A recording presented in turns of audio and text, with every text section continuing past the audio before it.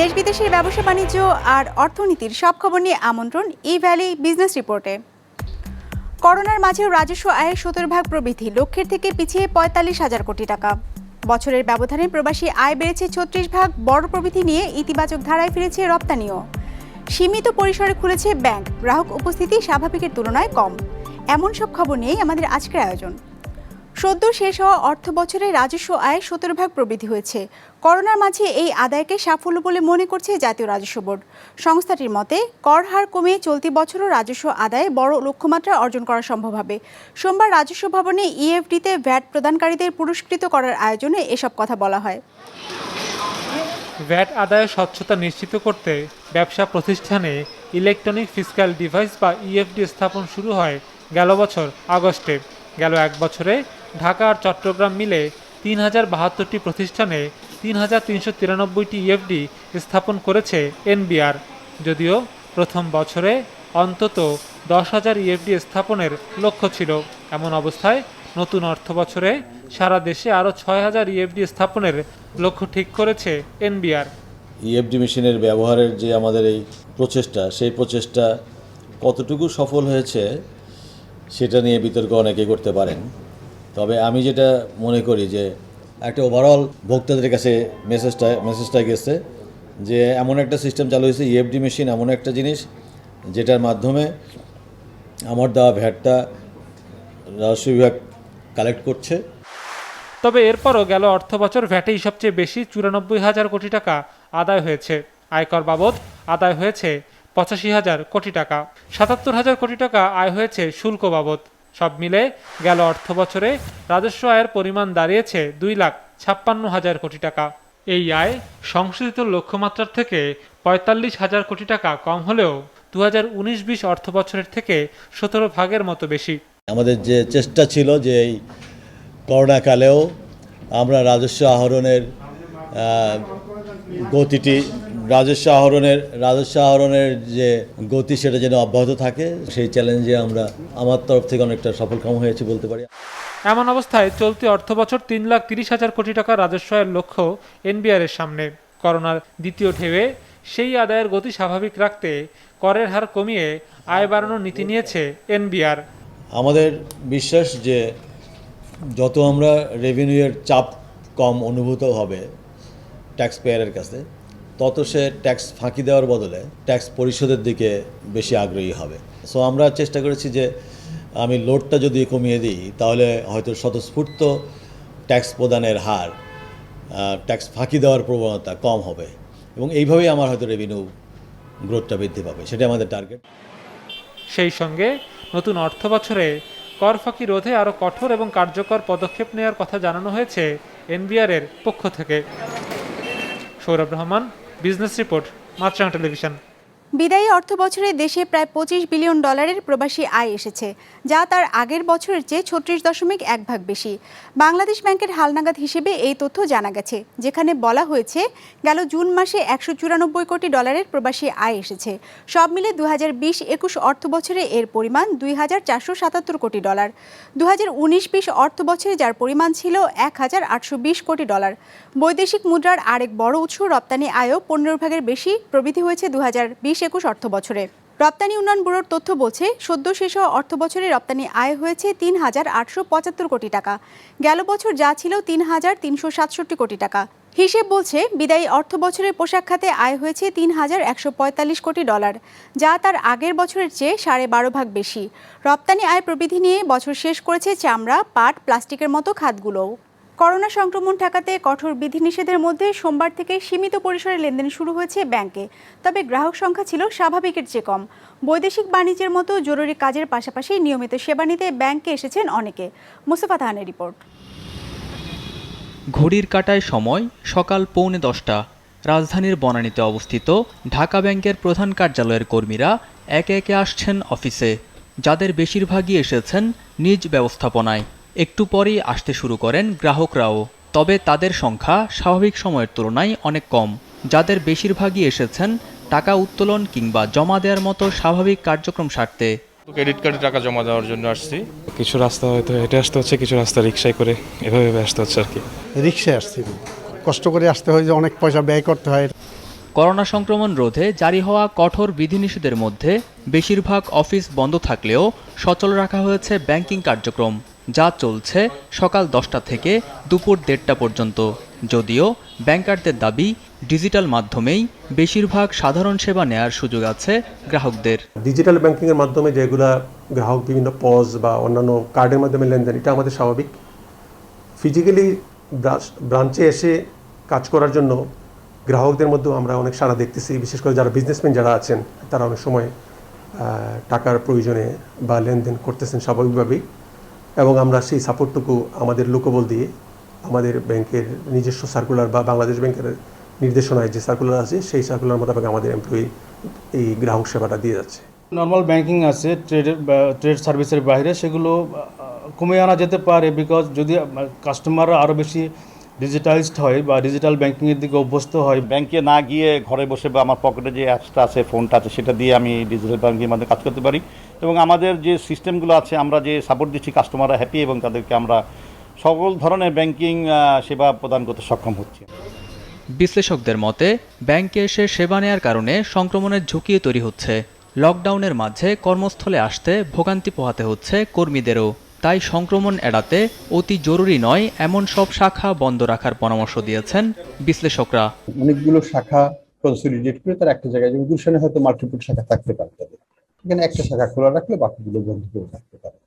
আর যে জিনিসটা করার দরকার ছিল সেটা হলো, যেটা খোলা থাকবে সেটা একটু লম্বা সময় খোলা থাকুক, আর বাকিগুলো বন্ধই থাকবে। আর মানুষের ভিড় কম হবে, অবশ্যই কম হবে, কিন্তু বিজনেস সংক্রান্ত কাজ কিন্তু চলছে, এবং ইভেন যারা দোকানে খোলা রাখছে, ওষুধের দোকানে, তাদেরও কিন্তু টাকা পয়সা রাখতে হয়। তবে কতগুলো শাখা খোলা রাখা হবে সে বিষয়টি ব্যাংকগুলোর উপর ছেড়ে দেওয়া যেতে পারে বলে মনে করেন এই অর্থনীতিবিদ। মুস্তফা তাহান, বিজনেস রিপোর্ট, মাছরাঙ্গা টেলিভিশন। ডিজিটাল অর্থনৈতিক প্ল্যাটফর্মে কর্মসংস্থানের ব্যাপক সুযোগ রয়েছে বাংলাদেশের। তবে সেই পথে প্রধান বাধা দক্ষ জনশক্তি, ক্রেতার আস্থা অর্জন এবং অর্থায়নের অভাব। বিদেশ থেকে অর্থ আনার ক্ষেত্রেও চ্যালেঞ্জের মুখে পড়ছেন উদ্যোক্তারা। সেন্টার ফর পলিসি ডায়ালগ সিপিডির এক গবেষণায় এসব বিষয় উঠে এসেছে। ডিজিটাল প্ল্যাটফর্মকে এগিয়ে নিতে একটি 5 বছর মেয়াদী উন্নয়ন পরিকল্পনা এবং জাতীয় নীতিমালা করার সুপারিশ করা হয়েছে গবেষণায়। পণ্য বা সেবা ঘরে বসে পেতে অনেকে এখন ঢু মারেন অনলাইনে, যেখানে পছন্দের সব পণ্য বা সেবার পসরা নিয়ে বসে আছে 2000 ওয়েব ভিত্তিক প্রতিষ্ঠান। পাশাপাশি ফেসবুক ব্যবহার করে ব্যবসা করছে আরও 50,000 উদ্যোক্তা। কিন্তু নিম্নমানের পণ্য এবং সময়মতো পণ্য বুঝে না পাওয়ার মতো অভিযোগ আছে অনেকের বিরুদ্ধে। এতে অনলাইন কেনাকাটায় এখনও আস্থা রাখতে পারছেন না দেশের বেশিরভাগ মানুষ। যে কেউ কিন্তু একটা পেজ খুলেই প্রোডাক্টের ছবি দিলেই আমরা মনে করছি এটা এখান থেকেও কেনা যায়, কিন্তু তার জন্য যিনি কিনা অথেন্টিক বিজনেস করছেন তার আস্থার জায়গাটাতে একটা সমস্যা হচ্ছে। টেকনোলজির পাশাপাশি আসলে আমাদের এই অ্যাওয়ারনেসের জায়গাটা, এই আস্থার জায়গাটা তৈরি কিন্তু একেবারে প্যারালালি চলতে হবে। আমরা যে কমিটমেন্টটা নিয়ে এসেছি, যে প্রোডাক্টটা সবার সামনে দিচ্ছি, বেসিক্যালি সেই কমিটমেন্টটা ধরে রাখা। এটা শুধুমাত্র একটা সাইট থেকে না, এটা হয়তো অর্ডারিং স্টেজ থেকে শুরু করে রিফান্ড স্টেজ পর্যন্ত টোটাল জিনিসটাকে মেকশিওর করা। এবং আই বিলিভ যে আমাদের যারা প্ল্যাটফর্ম নিয়ে কাজ করছে তারা সবাই সেই জিনিসটাকে মেকশিওর করার জন্য চেষ্টা করে যাচ্ছে। শুধু ই কমার্সই নয়, এদেশের তরুণরা এখন কাজ করছে বিভিন্ন বিদেশি প্রতিষ্ঠানের হয়ে, যেখানে সফটওয়্যার থেকে শুরু করে মোবাইল অ্যাপস, ডাটা প্রসেসিং কিংবা ত্রিমাত্রিক ভিডিও সবই তৈরি করছেন বাংলাদেশের তরুণরা দেশে বসেই। প্রযুক্তি নির্ভর এমন সেবা রপ্তানি থেকে তাই আয়ও বাড়ছে প্রতি বছর। কিন্তু সে আয় দেশে আনতে বাধার মুখে পড়ছেন পেপালের মতো আন্তর্জাতিক কোনো পেমেন্ট প্ল্যাটফর্ম না থাকায়। তরুণ প্রজন্ম যে ফ্রিল্যান্সিং করে যে রেমিটেন্সটা নিয়ে আসছে, সেই রেমিটেন্সটা নিয়ে আসার যে রাস্তা, সেই রাস্তাটা কিন্তু এখনো অনেক কঠিন। সেই জায়গায় আমাদের এখনো প্রচুর পলিসি সাপোর্ট দরকার, এবং পলিসি সাপোর্টের মধ্যে পেমেন্ট নিয়ে আসাটা, যেটা কিনা একেবারেই প্রাইম কনসার্ন, সেই জায়গাটাকে অবশ্যই অ্যাড্রেস করতে হবে। 5 বছরের একটা national digital economy development plan আমার মনে হয় এটা খুবই গুরুত্বপূর্ণ। আমরা যদি এটা করতে পারি তাহলে কিন্তু অভ্যন্তরীণ অর্থনীতির সম্ভাবনাগুলিকেও কাজে লাগাতে পারবো, আবার গ্লোবাল অপরচুনিটিস যেগুলো আসছে সেগুলো আমরা কাজে লাগাতে পারবো। গবেষণায় বলা হয়, পাঠা, উবার কিংবা সহজের মতো রাইড শেয়ারিং ব্যবসারও বিপুল সম্ভাবনা আছে এদেশে। তবে ডিজিটাল অর্থনীতির এসব প্ল্যাটফর্মে দক্ষ জনশক্তির অভাব পিছিয়ে রাখছে বাংলাদেশকে। টেকনিক্যাল নলেজ যে কিভাবে এটা স্কেল করতে হয় সেটা কিন্তু খুবই কম এক্সিস্ট করে বাংলাদেশে, এবং এটা নিয়ে আমরা খুব চ্যালেঞ্জ ফেস করি? ডিজিটাল প্ল্যাটফর্মের কর্মী যারা স্পেশালি যারা স্টার্টআপ থাকে তাদের জন্য ফান্ডিংটা একটা বড় কনস্ট্রেন্ট হয়ে দাঁড়ায়। আর এর মধ্যে আমাদের আরো ফরেন ইনভেস্টমেন্ট দরকার। আমরা দেখেছি যে কিছু কিছু প্ল্যাটফর্মকে ফরেন ইনভেস্টরসরা সাপোর্ট করেছে, বাট আমাদের এখানে আরো আসলে ফরেন ইনভেস্টমেন্ট দরকার যদি আমরা এই সেক্টরটাকে আরো করে তুলতে চাই, গ্রো করতে চাই। সেই সাথে ডিজিটাল ব্যবসা প্রতিষ্ঠান এবং এর কর্মীদের ট্যাক্স নেটের আওতায় আনা এবং নতুন উদ্যোক্তাদের কর ছাড় দেওয়া সহ 10টি সুপারিশ করা হয়েছে সিপিডির গবেষণায়। শাহাদাত হোসাইন, বিজনেস রিপোর্ট, মাছরাঙা টেলিভিশন। খুলনা বিশ্ববিদ্যালয়ের একদল গবেষক বৃষ্টির পানি সংরক্ষণ করে তাদের গলদা চিংড়ির পোনা উৎপাদন ও বায়োফ্লক পদ্ধতিতে কয়েকটি প্রজাতির মাছ চাষ করে সাফল্য পেয়েছেন। এছাড়া গবেষকরা মাছের একটি সাশ্রয়ী মূল্যের শর্করা প্রধান খাদ্য উদ্ভাবন করেছেন, যাতে মাছের বৃদ্ধি ও স্বাদ থাকে। SM মিলনের ক্যামেরায় মোস্তফা জামালের রিপোর্ট। গলদা চিংড়ি দেশের অন্যতম একটি রপ্তানি পণ্য, কিন্তু বিগত এক দশক ধরে দক্ষিণাঞ্চলের হ্যাচারিগুলো পোনা উৎপাদনে ব্যর্থ হয়ে বন্ধ হয়ে গেছে। ফলে গলদা চিংড়ির পোনার জন্য চাষিদের নির্ভর করতে হয় নদীর উপর। কিন্তু 2020 সালের শুরুতে গবেষণাগারে ও পুকুরের পানিতে গলদার পোনা উৎপাদনের প্রযুক্তি উদ্ভাবনে সফল হয়েছে খুলনা বিশ্ববিদ্যালয়ের ফিশারিজ বিভাগের গবেষকরা। মৎস্যচাষীদের মাঝে এই প্রযুক্তি ছড়িয়ে দেওয়ার কাজও শুরু হয়েছে। এর ফলে এই অঞ্চলে গলদা চিংড়ির পোনার সংকট দূর হবে আশা গবেষকদের। গলদা হ্যাচারি বন্ধ থাকার কারণে যে প্রাকৃতিক পোনার উপর নির্ভরতা বৃদ্ধি পাচ্ছে, তাতে যে জীববৈচিত্র্য হুমকির সম্মুখীন, এবং এই সমস্যাটি সমাধানের জন্য স্থানীয় প্রযুক্তির প্রয়োগের মাধ্যমে অত্যন্ত সফলভাবে আমরা এই 2020 সালের শুরুর দিকে আমরা গলদা পোনা উৎপাদন করতে সক্ষম হই এবং সেই প্রযুক্তিটি আমরা চাষিদের মাঝে আমরা ছড়িয়ে দিই। পাশাপাশি মাছ চাষ লাভজনক করতে নতুন ধরনের অর্থসাশ্রয়ী ফিশ ফিড উদ্ভাবনও করেছেন গবেষকরা, যা মাছের স্বাভাবিক বৃদ্ধি ও প্রকৃত স্বাদ ধরে রাখতে সক্ষম। বডি কম্পোজিশন চেঞ্জ আছে কিনা, মাছের গ্রোথটা ঠিক আছে কিনা, এই জিনিসগুলো নিয়ে আমরা দেখেছি। ইতিমধ্যে আমাদের ট্রায়ালটা শেষ হয়েছে। কম প্রোটিন বা আরেকটু কম প্রোটিন দিয়েও আমরা আসলে দেখেছি যে না, গ্রোথটা অপটিমাইজ করা সম্ভব। উপাচার্য বলছেন, খুলনা বিশ্ববিদ্যালয়ের অধিকাংশ ডিসিপ্লিনের মাঠ পর্যায়ে গবেষণা করতে হয়। এজন্য বিশ্ববিদ্যালয় ক্যাম্পাস বড় করতে ভূমি অধিগ্রহণের দাবি তার। বিশ্ববিদ্যালয়ে অনেকগুলো ডিপার্টমেন্ট আছে, ফিশারিজ, অ্যাগ্রোটেকনোলজি, সয়েল সায়েন্স, ফরেস্ট্রি। তাদের কিন্তু মাঠ গবেষণার জন্য ব্যাপক পরিমাণে জায়গা প্রয়োজন, সেটি কিন্তু নাই। তা আমরা চাচ্ছি যে এই বিশ্ববিদ্যালয়ের জমি অধিগ্রহণের জন্য আমরা সরকারের কাছে প্রস্তাব পাঠাবো, যেন এই গবেষণার ধারাগুলো যেন অব্যাহত থাকে। বর্তমানে খুবির ফিশারিজ বিভাগের গবেষকরা দক্ষিণাঞ্চলে বায়োফ্লক পদ্ধতিতে তেলাপিয়া, শিং, কই ও ট্যাংরা মাছের চাষাবাদ নিয়ে গবেষণা করছেন। মোস্তফা জামাল, বিজনেস রিপোর্ট, মাছরাঙা টেলিভিশন।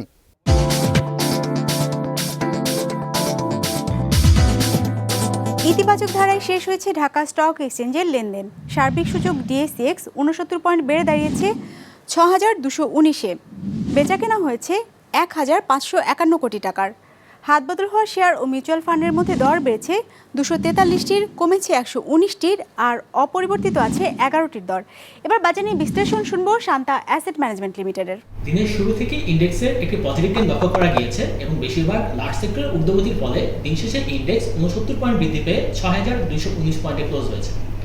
লার্জ সেক্টরের মাঝে আজ মূলত bank, NBFI, engineering, Pharma, food and allied এবং টেক্সটাইল সেক্টরে কিছুটা ঊর্ধ্বগতি আমরা লক্ষ্য করতে পেরেছি। অপরদিকে telecom, fuel and power, insurance এবং মিসলেনিয়াস সেক্টরে একটি কারেকশন আমরা লক্ষ্য করতে পেরেছি। গেইনের শীর্ষে থাকা কোম্পানিগুলোর মাঝে আজ মূলত টেক্সটাইল সেক্টরের প্রাধান্য লক্ষ্য করা গিয়েছে। অপরদিকে লুজারের শীর্ষে থাকা কোম্পানিগুলোর মাঝে আজ মূলত ইন্স্যুরেন্স সেক্টরের প্রাধান্য লক্ষ্য করা গিয়েছে। ইন্ডেক্স বৃদ্ধির পাশাপাশি বাজারের লেনদেন গত দিনের তুলনায় 10.2% বৃদ্ধি পেয়েছে। বাজার লেনদেন দাঁড়িয়েছে 1551 কোটি টাকায়। আমরা যদি সেক্টর ওয়াইজ টার্নওভার খেয়াল করে থাকি তাহলে দেখা যায় শুধুমাত্র টেক্সটাইল সেক্টর থেকে আজকে অ্যারাউন্ড 25% টার্নওভার জেনারেট হয়েছে এবং ইন্স্যুরেন্স সেক্টর থেকে জেনারেট হয়েছে অ্যারাউন্ড 14% টার্নওভার। তাছাড়া ব্যাংক সেক্টর থেকে 10%, মিসলেনিয়াস সেক্টর থেকে 10% এবং ফার্মা সেক্টর থেকে অ্যারাউন্ড 9% টার্নওভার জেনারেট হয়েছে। অ্যামাজনের প্রধান নির্বাহীর পদ থেকে সরে গেছেন এর প্রতিষ্ঠাতা জেফ বেজোস। এখন থেকে প্রতিষ্ঠানটির নির্বাহী চেয়ারম্যান হিসেবে দায়িত্ব পালন করবেন বিশ্বের অন্যতম শীর্ষ এই ধনী। নিজের অন্য প্রতিষ্ঠানগুলোর প্রতি মনোযোগী হতেই এমন সিদ্ধান্ত নিয়েছেন বলে জানিয়েছেন বেজোস। আর অ্যামাজনের পরবর্তী প্রধান নির্বাহী হিসেবে দায়িত্ব নিতে যাচ্ছেন প্রতিষ্ঠানটির ক্লাউড কম্পিউটিং প্রধান অ্যান্ডি জ্যাসি। বিস্তারিত ডেস্ক রিপোর্টে। Jeff Bezos e commerce giant অ্যামাজনের প্রতিষ্ঠাতা, যে প্রতিষ্ঠানটি তিনি শুরু করেছিলেন 1964 সালে একটি অনলাইন বুকশপ হিসেবে। 27 বছর আগে সেই অ্যামাজনে বর্তমানে বিক্রি হয় না এমন কোনো পণ্যই খুঁজে পাওয়া যাবে না। পণ্য বিক্রির পাশাপাশি এর বিস্তৃতি ছড়িয়েছে স্ট্রিমিং, ক্লাউড সার্ভিস এবং বিজ্ঞাপন ব্যবসাতেও। আর এর সবই হয়েছে প্রতিষ্ঠাতা বেজোসের হাত ধরে, যার নেতৃত্ব তিনি দিয়ে গেছেন প্রতিষ্ঠানটির সর্বোচ্চ পদে বসে। তবে সে পদ থেকে এবার সরে দাঁড়াতে যাচ্ছেন জেফ বেজোস। সোমবার অ্যামাজনের 27তম প্রতিষ্ঠা বার্ষিকীর দিনেই প্রধান নির্বাহীর পদ থেকে ইস্তফা দিয়েছেন বেজোস।